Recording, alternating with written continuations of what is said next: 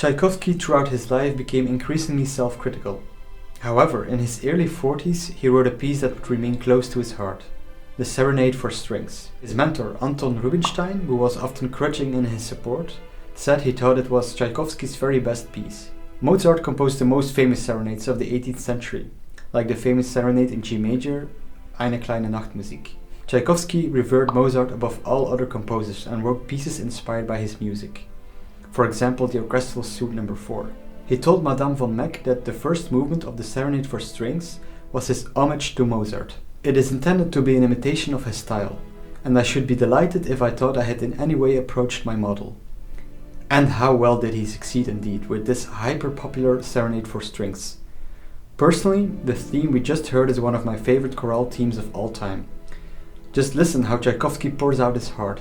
It's beautifully orchestrated, harmonically dense, but melodically logical. Moreover, there is a very rich palette of rhythms without ever losing comprehensibility. It's the combination of all these factors and how Tchaikovsky pulls them off so equally well in harmony that gives the serenade this timeless quality. In fact, I want to show you something even more striking. Let's listen to the coda of the lively fourth movement, the finale, the Tema Russo. Tchaikovsky calls upon two Russian folk tunes that he had included in his early collection of arrangements. He then finishes off with a striking feat. Let's listen.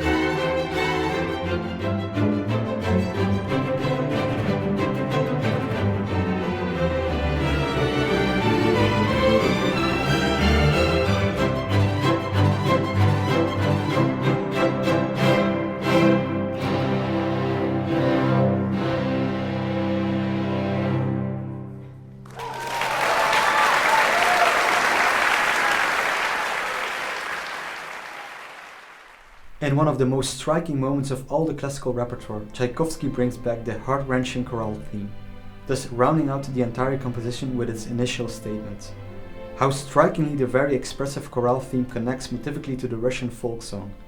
Notice how the head of both themes, the descending tetrachord from C to G, is equivalent and how he uses this connection together with the stringendo al tempo primo to get back to the Tema Russo. Go listen to the entire piece. There is this amazing sonata that we heard the introduction from, the popular waltz dance, and a mournful elegy. The cherry on top, of course, is this finale, with its great apotheosis.